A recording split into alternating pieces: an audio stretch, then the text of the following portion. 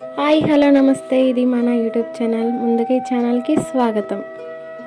Video మీద కాకుండా audio మీద ఫోకస్ చేయండి. ఇప్పుడు దాకా మీరు వీడియోలు చూసి ఉంటారు కదా, మీ కళ్ళు చాలా స్ట్రెస్ ఫీల్ అవుతాయి. కాబట్టి వీలైతే కళ్ళు మూసుకొని వినడానికి ప్రయత్నం చేయండి. వింటే అర్థమయ్యేదానికి చూడడం ఎందుకు అని నా అభిప్రాయం.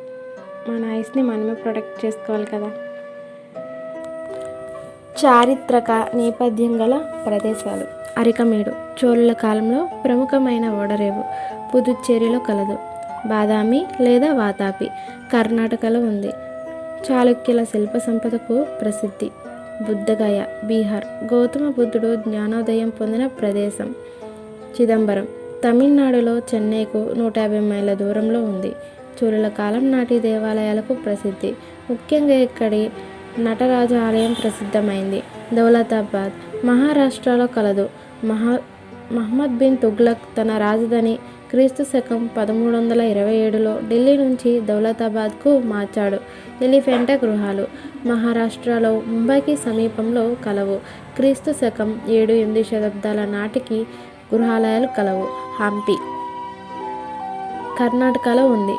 ప్రాచీన విజయనగర సామ్రాజ్య రాజధాని.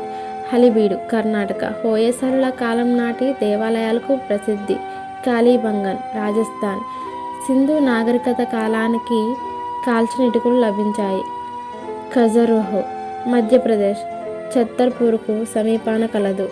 సుందర శిల్పాలకు దేవాలయాలకు ప్రసిద్ధి. ఈ దేవాలయాన్ని చాందేల రాజుల కాలంలో నిర్మించబడ్డాయి. కుషీనగరం ఉత్తరప్రదేశ్లోని గోరఖ్పూర్ జిల్లాలో కలదు. బుద్ధుడు క్రీస్తుపూర్వం 480లో నిర్మాణం చెందిన ప్రదేశం. లోథర్ గుజరాత్లో కలదు.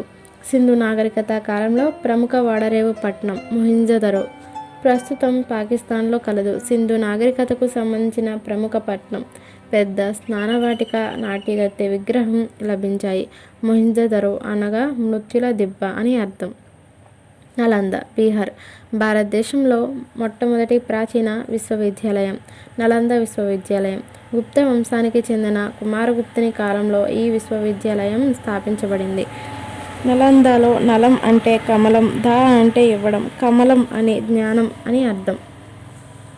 కమల్ కావున నలంద అంటే జ్ఞానం ఇవ్వడం. ప్రభాస్ పఠాన్ లేదా సోమనాథ్ గుజరాత్లో కలదు. మహమ్మద్ గజనీ దాడికి గురైన సోమనాథ్ దేవాలయం ఇక్కడే కలదు. శృంగేరి కర్ణాటక దక్షిణాది ఆది శంకరాచార్యులు స్థాపించిన పీఠం ఉంది. తక్షశీల ప్రాచీన గాంధార దేశపు రాజధాని. ప్రస్తుతం ఆఫ్ఘనిస్తాన్లో ఉంది. ప్రాచీన కాలంలో ప్రముఖ విద్యా కేంద్రం. ఉజ్జయిని మధ్యప్రదేశ్ విక్రమాదిత్యుని రాజధాని.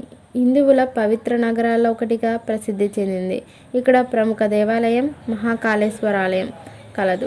ఎల్లోల గృహాలు ఔరంగాబాద్కు సమీపాన ఉన్నాయి. సుమారు 34 గృహాలు వెలుగు తీయబడ్డాయి. అజంతా గృహాలు మహారాష్ట్రలో ఔరంగాబాద్కు సుమారు 96 కిలోమీటర్ల దూరంలో ఉన్నాయి. ఈ గృహాలయాలు శిల్ప చిత్ర కళామయమైనవి. ఈ గృహాల నిర్మాణం క్రీస్తు శకం 1వ శతాబ్దంలో ప్రారంభమై 8వ శతాబ్దం వరకు సాగింది. 1919 యూరోపియన్ సైనికులు ఈ గృహాలను కనిపెట్టారు. కుడ్య చిత్రాలతో చిత్రలేఖనం ఆకర్షణీయంగా ఉంటుంది. శిల్పాలలో ముఖ్యమైనది బుద్ధ విగ్రహం. చిత్రాలలో ముఖ్యమైనవి అజంతా, సుందరి, బోధిసత్వ, పద్మపాణి మొదలగునవి. అనేగొంది కర్ణాటక రాష్ట్రంలో రాయచూర్ జిల్లాలో ఉంది. హరిహర రాయలు బుక్కరాయలు అనేగొంది పాలకులై విద్యారణ్య సాయంతో విజయనగరాన్ని నిర్మించారు. పాంచి మధ్యప్రదేశ్ అతి పెద్దదైన బౌద్ధ స్తూపం కలదు. శ్రీరంగపట్నం కర్ణాటక టిప్పు సుల్తాన్ రాజధానిగా ఉండేది. శ్రావణి బెలగొన కర్ణాటక జైన దేవాలయాలకు 65 పొడవు గల గోమంటేశ్వరుని విగ్రహానికి ప్రసిద్ధి. అమరారామం ఆంధ్రప్రదేశ్లోని శైవ క్షేత్రాల్లో ప్రసిద్ధి చెందింది. పంచరామాలలో ఇది ఒకటి. ఇదే అమరావతి ఆంధ్రప్రదేశ్లోని గుంటూరు జిల్లాలో ఉన్న పట్టణం. శాతవాహనుల రాజుల కాలంలో హైందవ బౌద్ధ సంస్కృతికి కేంద్రం.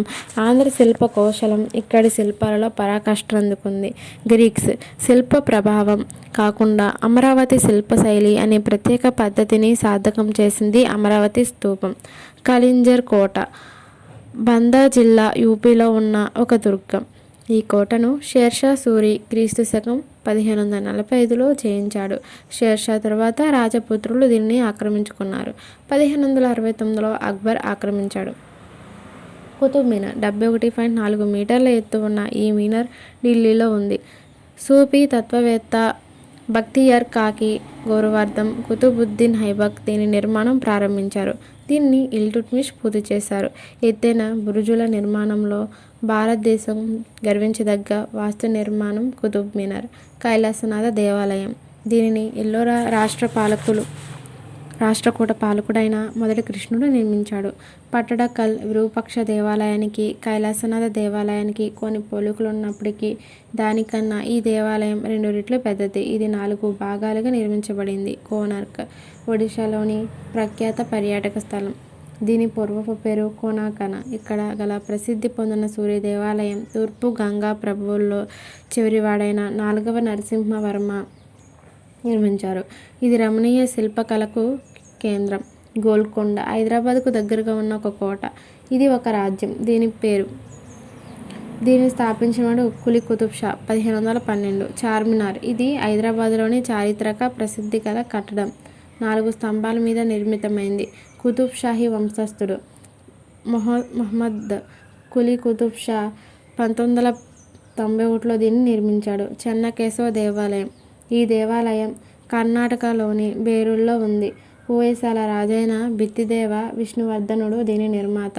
హోయసాల ఆలయ శైలికి ఇది ప్రామాణిక ఉదాహరణ. జక్కన మొదలైన దేవాలయ శిల్పులు పేర్లు ఇక్కడ కనబడతాయి. జామా మసీద్ ఈ జహాన్ నామా అని కూడా పిలువబడే దీన్ని షాజహాన్ ఢిల్లీలో నిర్మించాడు. దీని నిర్మాణ కాలం 14 సంవత్సరాలు. దీనిలో ఒకేసారి 10,000 మంది నమాజ్ చేయవచ్చు. జైపూర్ ఇది రాజపుత్ర స్థానంలో ఒక నగరం పేరు. జైపూర్ నగర స్థాపకుడు మహారాజా 2వ జయసింగ్.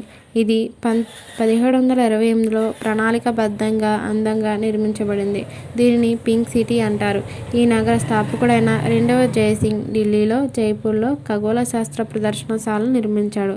తాజ్మహల్ మొఘల్ చక్రవర్తి షాజహాన్ తన భార్య ముంతాజ్ బేగం స్మృతి చిహ్నంగా ఆగ్రాలో యమునా నది తీరాన నిర్మించిన మందిరం.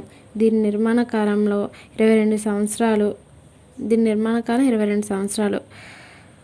2 కోట్ల రూపాయలకు వచ్చేయింది. ప్రపంచంలోని 7 ఆధునిక అద్భుతాల్లో దీన్ని ఒకటిగా పేర్కొంటారు. భౌతిక సౌందర్యంలో భావదీపికలను పొదిగి పట్టుకుని మెరిసే సజీవ శిల అనే అర్థం వచ్చేటట్లు ఎడ్విన్ అర్నాల్డ్ దీనిని వర్ణించాడు. జగన్నాథ దేవాలయం క్రీస్తకం 1147-1155 మధ్యకాలంలో తూర్పు గంగా వంశానికి చెందిన కామర్లవుడు పూరిలో నిర్మించిన దేవాలయం. ఇది ఒక ప్రసిద్ధ వైష్ణవ క్షేత్రం.